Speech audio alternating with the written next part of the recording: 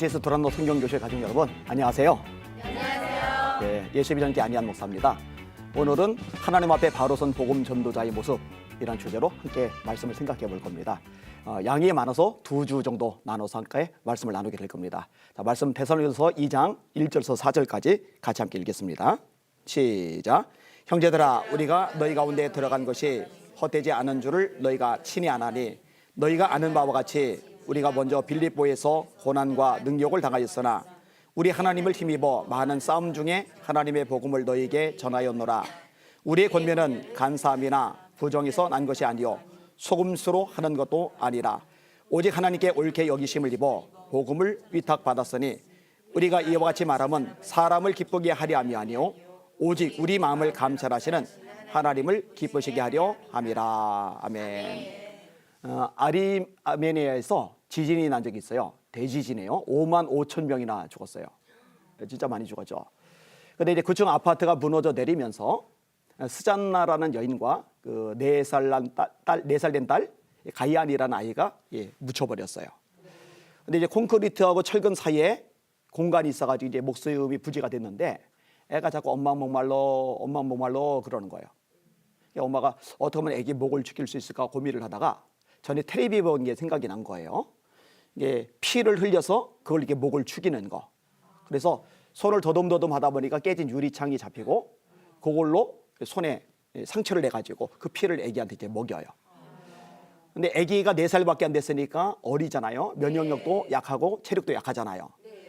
이 피가 아니었으면 죽었을 텐데 그 피 덕분에 엄마도 살고 아이도 같이 구조가 되었어요. 아름다운 사랑, 아름다운 희생이죠. 근데 이 어머니 스잔나라는 여인의 희생보다 더 고귀한 사랑이 있다면 우리 하나님의 사랑, 독생자 예수님을 이 땅에 보내셔서 그 피로 우리를 구원하신 그 사랑이죠. 성경은 말씀합니다. 하나님이 세상을 이처럼 사랑하사 독생자를 주셨으니 이는 저를 믿는 자마다 멸망치 않고 영생을 얻게 하려 하심이리라. 사랑은 여기 있으니 우리가 먼저 하나님을 사랑한 것이 아니요 하나님이 우리를 사랑하사 화목제로 그 아들을 보내셨다. 제가 로마서에 좋아하는 말씀이 있어요. 그리스도께서 우리를 위하여 죽으셨다. 기약대로 우리를 위하여 죽으셨다. 의인을 위하여 죽는 자가 쉽지 않고 선인을 위하여 용감히 죽는 자가 혹시 있거니와 우리가 아직 죄인 되었을 때에 그리스도께서 우리를 위하여 죽으심으로 하나님께서 우리에게 대한 자기의 사랑을 확증하셨느니라. 이 구절에 보니까 의인을 위해서 죽는 자가 쉽지 않대요. 그 사람이 똑바로 올바로 산다 하더라도 나하고 상관없잖아요. 근데 선인을 위해서 죽는 자는 혹시 돼요. 나에게 사랑과 은혜를 도움을 주었던 사람 고맙잖아요. 고마우니까 그 상대방을 위해서 간혹 가다가 모두는 아니고 많지도 않고 간혹 가다가 목숨을 내주는 사람이 있어요. 근데 예수님은 우리가 의인인 것도 아니고 선을 행한 것도 아닌데 우리가 죄인이었을 때 아직 연약할 때에 우리 위해서 죽어주셨단 말이에요. 이게 사랑이죠. 빌립보서 2장 5절에 이렇게 말씀합니다. 너희 안에 이 마음을 품으라. 곧 그리스도 예수의 마음이니 그는 근본 하나님의 본체시나 하나님과 동등됨을 취할 것으로 여기지 아니하시고 오히려 자기를 비워 종의 형체를 가져 사람들과 같이 되었고 사람의 모양으로 나타나셨음에 자기를 낮추시고 죽기까지 복종하셨으니 그 십자가에 죽으심이라. 왜 이렇게 죽기까지 복종하셨을까? 사랑 때문이라고 성경은 명확하게 말씀해주고 계십니다. 그래서 이런 사랑, 예수님의 사랑과 은총을 전하는 것이 저와 여러분들의 사명인 거죠. 예수님의 지상명령 아시죠? 마태복음 28장 예수께서 나와 일러 가라사대 하늘과 땅의 모든 권세를 내게 주셨으니 그러므로 너희는 가서 너희끼리만 있지 말고 재미있게 즐겁게 행복하게 있지 말고 가라는 거예요. 흩어지라는 거예요. 너희는 가서 모든 족속으로 제자를 삼아 아버지와 아들과 성령의 이름으로 세례를 주고 내가 너에게 분부한 모든 것을 가르쳐 지키게 하라. 볼지어다 내가 세상 끝날까지 너희와 항상 함께 있으리라. 이게 가장 중요한 명령. 그래서 지상명령이거든요. 이것과 평행되는 구절이 마가복음 16장 15절이에요. 너희는 온 천하에 다니며 여기도 니네끼리만 있지 말고 너희끼리만 어울리지 말고 좀 다녀라.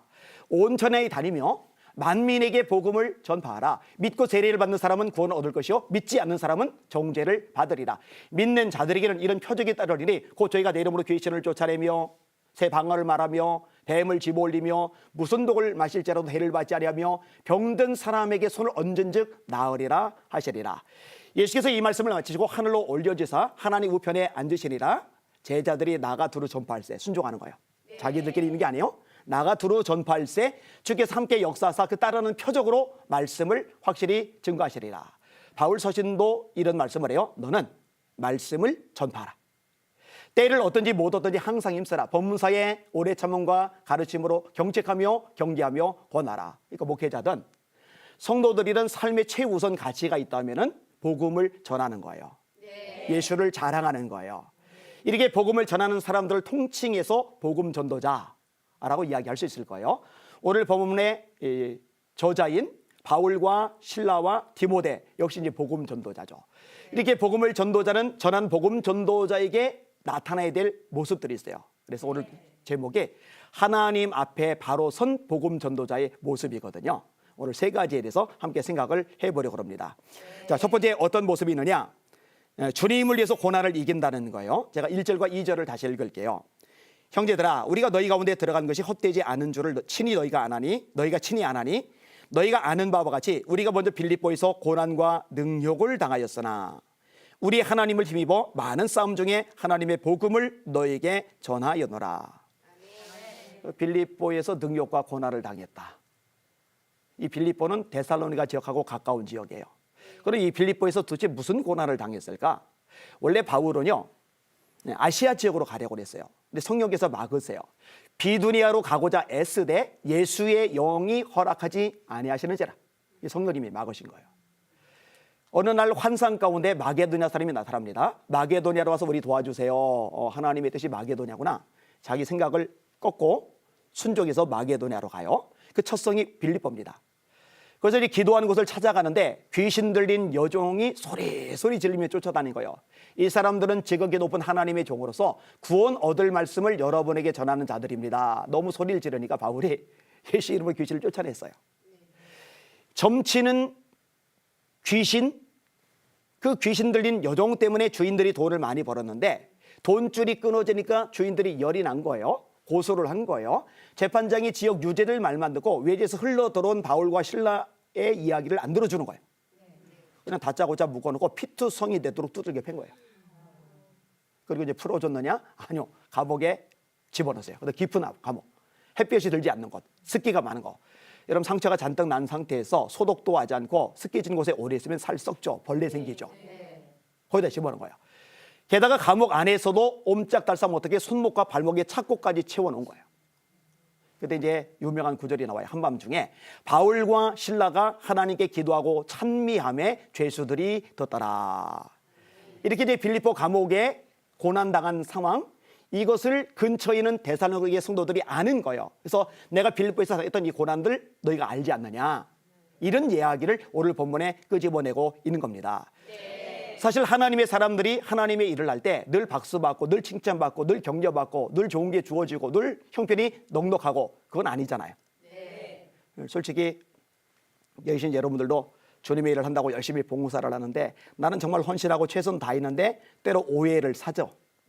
때로 뒷담화를 듣죠. 때로 원치 않은 비난, 소용돌이 속에 빠져들 때도 있단 말이에요. 근데 그런 것들을 감내하면서 하나님의 일을 하는 것이 마땅한 거죠. 예레미야가 하나님의 말씀을 전하느라고 자기 인생을 다 걸어요. 정말 헌신적으로 충성된 모습으로 주님을 섬겨요. 그런데 주변에서 공격이 너무 거센 거예요. 예레미야 20장에 예레미야가 이렇게 고백을 합니다. 여호와여, 주께서 나를 권유하심으로 내가 그 권유를 받아 싸우며 주께서 나보다 강하사 이기셨으므로 내가 조롱거리가 되나이다. 내가 말할 때마다 파멸과 멸망을 선포함으로 여호와의 말씀으로 말미암아 내가 종일토록 치욕과 모욕거리가 되민이다. 그들이 이르기를 고소하라.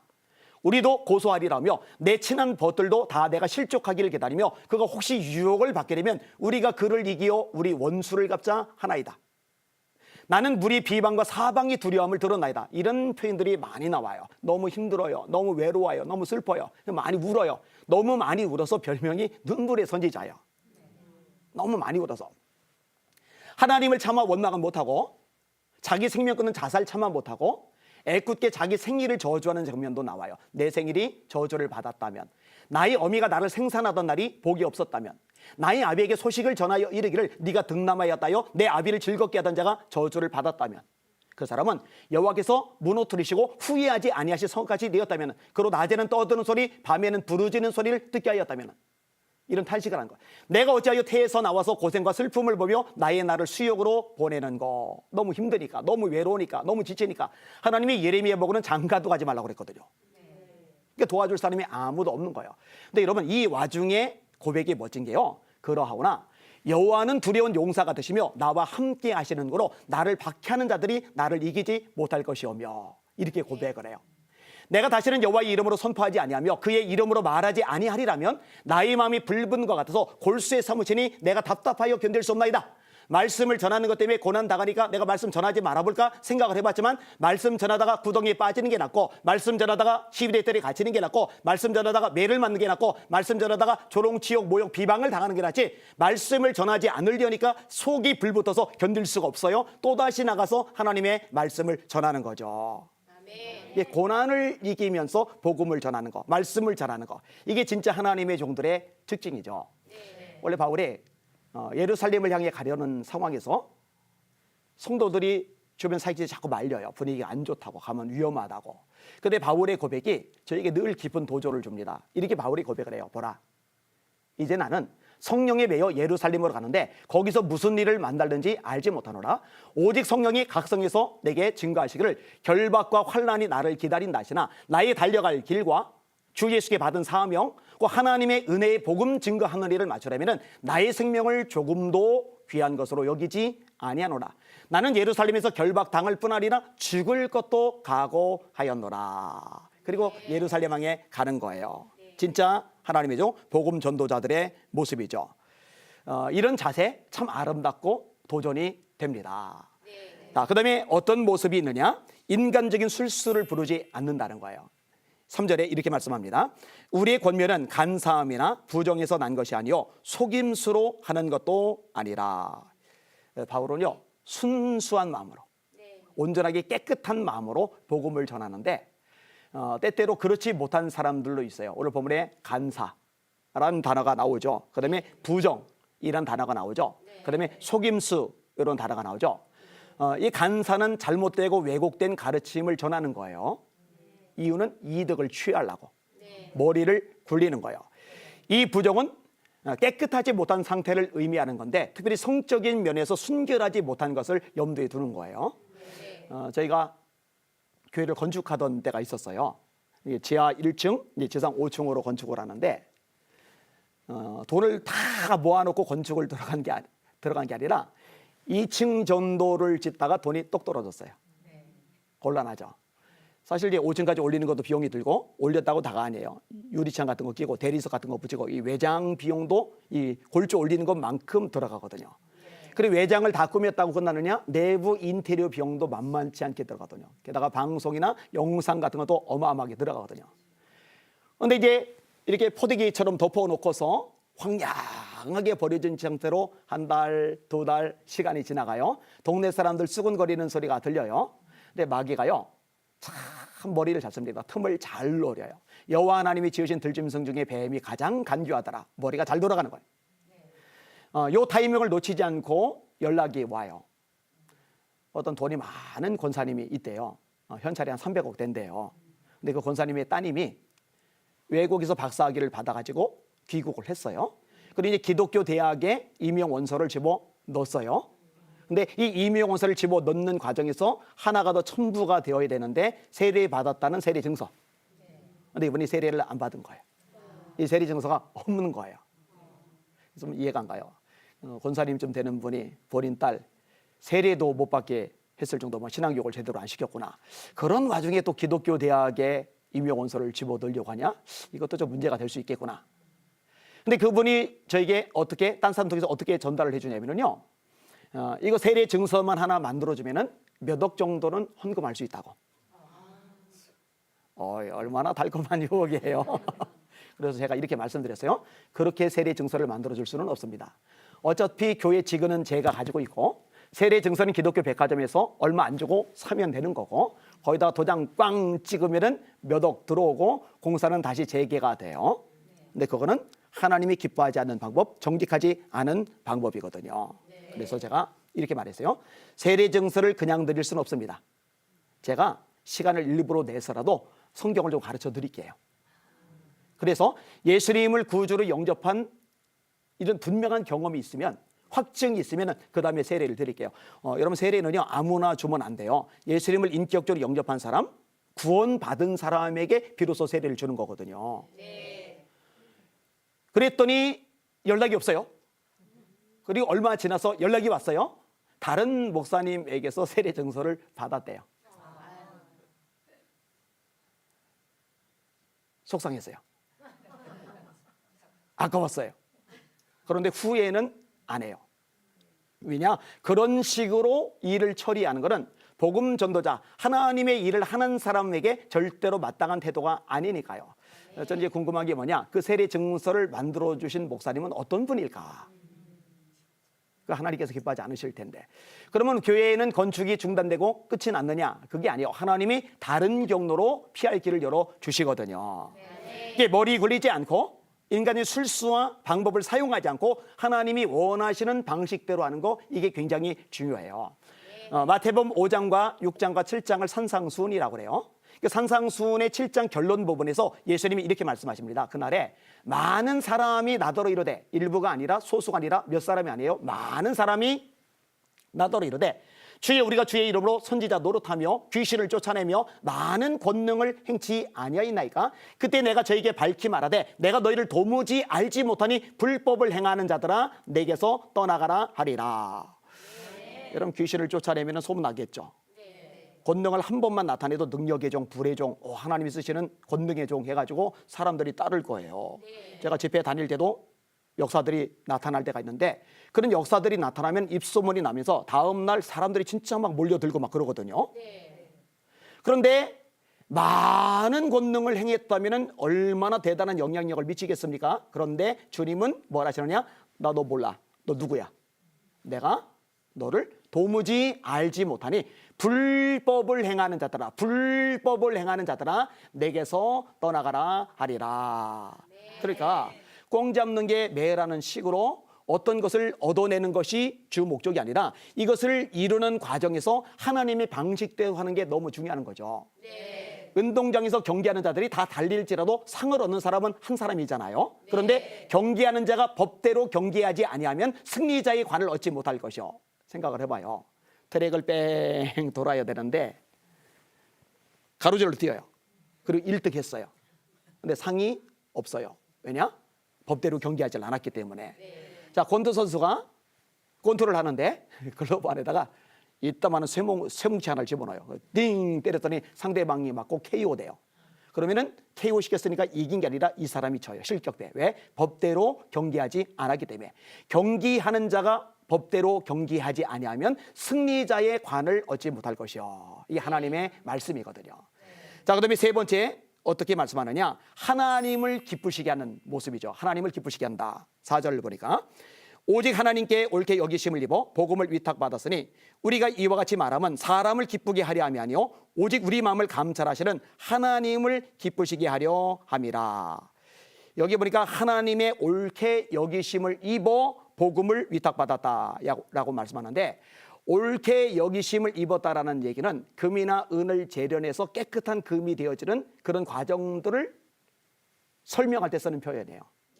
다시 말해, 이 바울이 쓰임을 받는데 이런 연단의 과정, 이런 시련의 과정을 통해서 다듬어졌고 훈련이 되었고 성숙이 되었고 이런 과정을 지난 다음에 이제 복음을 위해서 쓰임 받게 되었다. 이런 의미로 이해하시면 명확하게 이해하시는 겁니다. 사실 성경은요, 이 고난에 대해서 절대로 나쁘게 말하지 않아요. 오히려 긍정적으로 말씀합니다. 고난당하는 것이 내게 유익이라. 이로 인하여 내가 주의 율례를 배우게 되었나이다. 고난당하기 전에는 내가 그릇 행하더니 이제는 주의 계명을 지키나이다. 심지어 야고보서 1장 2절은 이렇게까지 말씀합니다. 내 형제들아, 너희가 여러 가지 시험을 만나거든 온전히 기쁘게 여기라. 이는 너희 믿음의 시련이 인내를 만들어내는 줄 너희가 알미라. 인내를 온전히 이루라. 이는 너희를 온전하고 구비하여 조금도 부족함이 없게 하려 함이라. 다만 이뿐 아니라 환난 중에도 즐거워하나니 환난은 인내를, 아까 야고보서도 나오죠. 환난은 인내, 고난은 인내를, 환난은 인내를, 인내는 연단을, 연단은 소망을 이루는 줄 알미리라. 네. 모세가 바로 왕궁에서 40년간 최고의 훈련을 받아요. 그런데 민족의식은 뚜렷해요. 어머니께서 양육을 받았기 때문에 애굽 사람이 히브리 사람 괴롭히는 장면을 보더니 애굽 사람을 쳐 죽여버렸어요. 그리고 모래 밑에 감춰버렸어요. 이게 들통나서 도망을 가요. 어디로 가요? 광야로. 광야 40년 동안 정말 생고생을 합니다. 80년이 돼버렸죠. 애굽 40년, 광야 40년. 80세가 돼버렸어요. 그리고 80세가 됐는데 제사는 아무것도 없어요. 장인 이도로의 양을 칠 때 출애굽기 3장이요. 자기 양이 없어요. 여전히 처가살이를 해요. 지팡이 딸랑 하나, 이게 유일한 재산. 게다가 입까지 둔해졌어요. 나는 입이 둔한 자입니다 말하죠. 나이는 많고 가진 딸랑 지팡이 안 하고 입은 둔해질 대로 둔하고. 그런데 아세요? 이 광야 40년 고난의 시간이 아니었다면 속속이는 이스라엘 백성들 끌고 광야를 지나 가나안 땅까지 절대로 못 갑니다.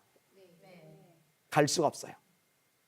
모세는 장성하여 바로의 공주의 아들이라 칭함을 거절하고 하나님의 백성과 함께 고난받기를 애굽의 모든 보화보다 더 큰 재물로 여겼다. 이는 상주심을 바라봅니다. 이 히브리서 11장의 말씀인데 상주심을 바라보고 이 광야를 묵묵하게 지내갈 수 있었던 인내는 이 광야의 고난 속에서 비로소 생겨난 거예요. 너희 믿음의 시련이 인내를 만들어내는 줄 너희가 알미라. 이 말씀이 맞는 거죠.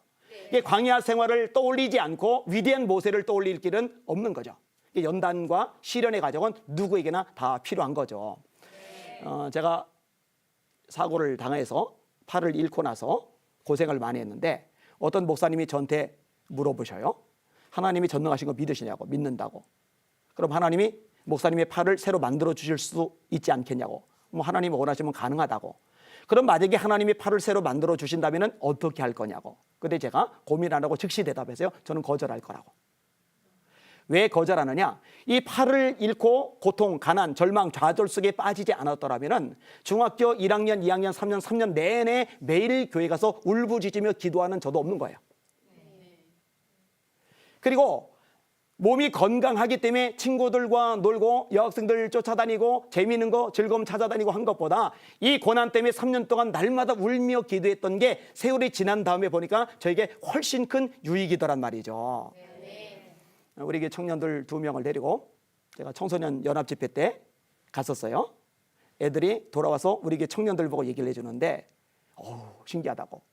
요즘 중고등부 애들 설교 집중해서 듣는 거 쉽지 않은데 안희한 목사님이 앞에 나와서 내가 중1 때 교통사고로 팔 잃었다고 손만 쑥 한번 빼주면은 떠들고 까불고 장난치던 애들이 확 집중해가지고 말씀을 너무너무 잘 듣는다고. 이렇게 좋은 설교 교재 시청각 자료를 제가 왜 포기합니까? 이게 유익인 거예요. 유익이에요. 자, 이렇게 연단을 받은 바울이 이제 사역을 하는데 사람을 기쁘게 하잖아요. 하나님을 기쁘시게 하는 거예요. 이게 사실은 하나님의 일을 하는 사람들의 아주 중요한 특징이죠. 여러분 웨슬리 목사님이 주님을 제대로 만나고 나서 회개의 말씀을 전하는데 이 회개의 말씀 때문에 정식 교회당에서 설교하는 자격을 박탈당하고 쫓겨나요. 그래서 야외 설교가 시작돼요. 하나님 그 야외 설교를 통해서 영국의 대부흥운동을 일으키셔요. 조나단 에드워즈 목사님이 미국의 1차 대각성운동을 일으키는데 핵심적으로 쓰임받으신 분인데 이분의 설교문 중에 하나님의 진노 아래 놓여있는 죄인들이라는 설교문이 있어요. 제가 이 설교문을 읽다가 깜짝 놀랐어요. 얼마나 날카로운 칼날인지. 하나님이 지옥불이 지금 밑에서 불타고 있다고. 회개하지 않으면 심판에 굴러 떨어진다고. 진짜 하나님의 사람들은 비유 맞추면서 사람을 기쁘게 하는 게 아니라 하나님의 말씀을 있는 그대로 선포하면서 하나님을 기쁘시게 하는 그런 종이 되어야 합니다. 이게 하나님의 종, 복음 전도자의 마땅한 모습인 거죠. 오늘 본문에서 3가지를 말씀드렸어요. 진짜 하나님의 종, 진정한 복음 전도자들은 주님을 위해서 고난을 당하면서도 그 일을 계속해 나가는 거예요. 그리고 인간적인 술수를 부리지 않는 거예요. 그리고 사람을 기쁘게 하지 않고 하나님을 기쁘게 하는 자로 서 있는 거죠. 이런 사역자들, 이런 복음전자들이 우리 대한민국 한국교회에 가득해지기를 원합니다. 네, 오늘은 여기까지 하겠습니다. 감사합니다.